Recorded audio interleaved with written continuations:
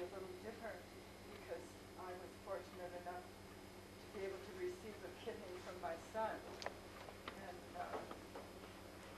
that wasn't just an automatic thing. It was because he was a really good match. But I'm also concerned about the public becoming aware that donating, live donation is not necessarily a dangerous thing. This is for kidneys. My son actually lost one kidney by donating this to me. But of course the Transplant Society wouldn't take this from him until they determined that he was absolutely healthy and had no indication that he would ever develop a disease that would lead to kidney failure. But he actually has 95% function with one kidney, and I have 100% because his kidney was a big male kidney, and I've had no rejections or anything. So that's pretty good. I must say, these guys threw me for a loop because I got a call Friday afternoon at 3, and I don't know, I still don't know where they got my name, but they certainly knew that they hit me right in the soft spot. I said, do you think you could organize a press conference for Wednesday afternoon? And I said, oh, well, my God, there's a weekend and then there's only 2 days. I said, yeah, I'll see what I can do. But I'm really pleased. You know, we've got the media, and we have our politicians, and we have our transplant recipients, and Mr. Murray is here. And I don't know. All I can say is it's so important, and I was just blown away when I became aware yesterday that this is National Donor Awareness Week in Canada, and honestly, I didn't even know that. And here it is happening. You know, I was able to have an active part right here in Nelson, so I'm really grateful. So thank you. Thank you very much. Joel, would you like to have a few words? Sure. I've actually worked a lot with the BC Transplant Society after I had a heart transplant in 1996. And I spent a couple of years in Vancouver recovering from all of it as somebody who was sort of snatched from the dead. And I know in the room, I don't know all of the people that got transplants, but there are some, and there's actually at least one person who was waiting for transplant. And I just want to say that, yeah, it is National Organ Donor Awareness Week. And I thought George, in a sense, was running for the donor families. He was running for the actual recipients of the organs. Because in the whole process, people often say to me, they say, oh, it's very brave of you to have a heart transplant. Or, you know, and I say, no, the brave person is the donor family. Those are the people that really put themselves on the line. And any of you who've experienced the death in your family, you know how emotionally involved in it all is. And for them to give the gift of life was just an amazing, a miraculous sort of gift. You know, when I was sick, I was asking, say, praying for a miracle. And for a while there, I didn't think I was getting an answer. But I think when the transplant actually happened, I realized that what I thought the miracle was going to be was that I would just get better. And actually, what the miracle was getting a heart transplant. And that's what happened.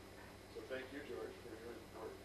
I certainly wouldn't walk across Canada, but I'm glad someone is, because it is Organ Donor Awareness Week. Thanks. Thank you, Joel. Next, I'd like to have Matt speak. Yes. Oh. Hi.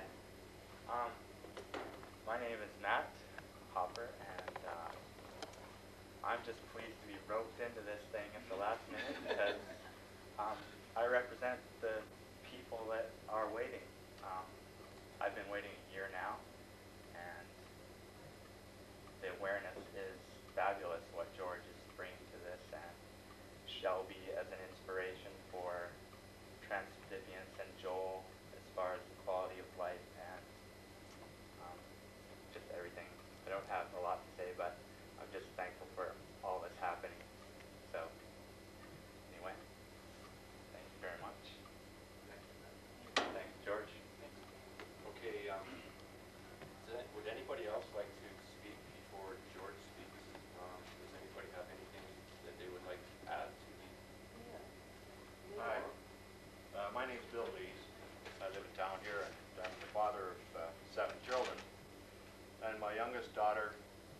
grade 12 many years ago, became ill. And it was kidney failure, a defect from birth, which was never picked up. All the kids have been healthy, touch wood. And so I've experienced what the transplant organization means. And it's really gratifying to know that it has advanced so far in the last 10 or 15 years. When Brenda was first dialyzing and she had to drive to trail every third day and hook up on the dialysis machine, and I think it was acetone, if I'm not mistaken, that they used to flush, and she would be instantly sick. And when you're looking at your 17-year-old daughter who is going through a terrible, terrible time, it affects the whole family. There's no doubt about it. And at those days, I believe the percentage of success was about 35 to 40% success rate. And with any transplant, it's major surgery, no doubt about it. And so she made a pact with, she's very strong in her religion, she made a pact with God that until it was up to 35 or 85% that she wasn't going to get on the list at all. And she went through some terrible times for 3 years, trail, and then finally, I think it was almost self-destruction. The police knew me by first name from the speeding ticket she was getting. And so we put a machine in our own home here in Nelson, and my wife and an old boyfriend who she'd rejected everybody turned up on the scene, and they went to Vancouver and trained at the Kidney Foundation, trained on the home machine. And we had decided that, this was in 1984, and we had decided we were going to have a family reunion at our summer home in Comox, out on the beach, where we don't even have running water. So they trained on the portable machine on our way through from Nelson to Comox. Anyway, the outcome of that, another 3 years later, she and her fiance decided they wanted to move to Seashell. Well, I did a quick bit of research, and I gathered Seashell is quite bad for black water. And black water on a kidney machine is not fun. Anyway, we moved her down there. I took a friend of mine, a plumber, with me and everything, and set her all up, trying to make sure we had the water filtered and so on.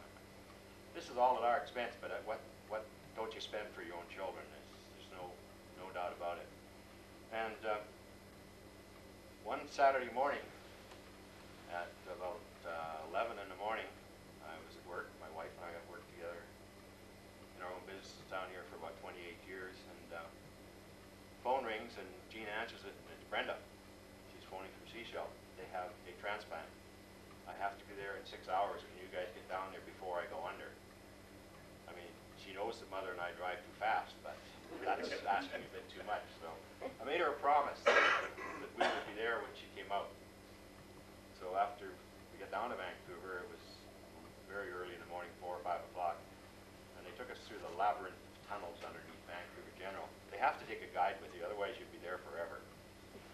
And while we were waiting for Brenda to wake up, we were standing in the recovery room, and I was looking out the window, and I said to the nurse, I said, boy, the skyline has sure changed since I was here.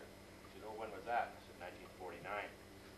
My father went blind, and they did a brain operation on him and gave him 1 chance in 1,000. And they said, you know, all you could see was the hotel, basically. I don't think even the hydro building was there then.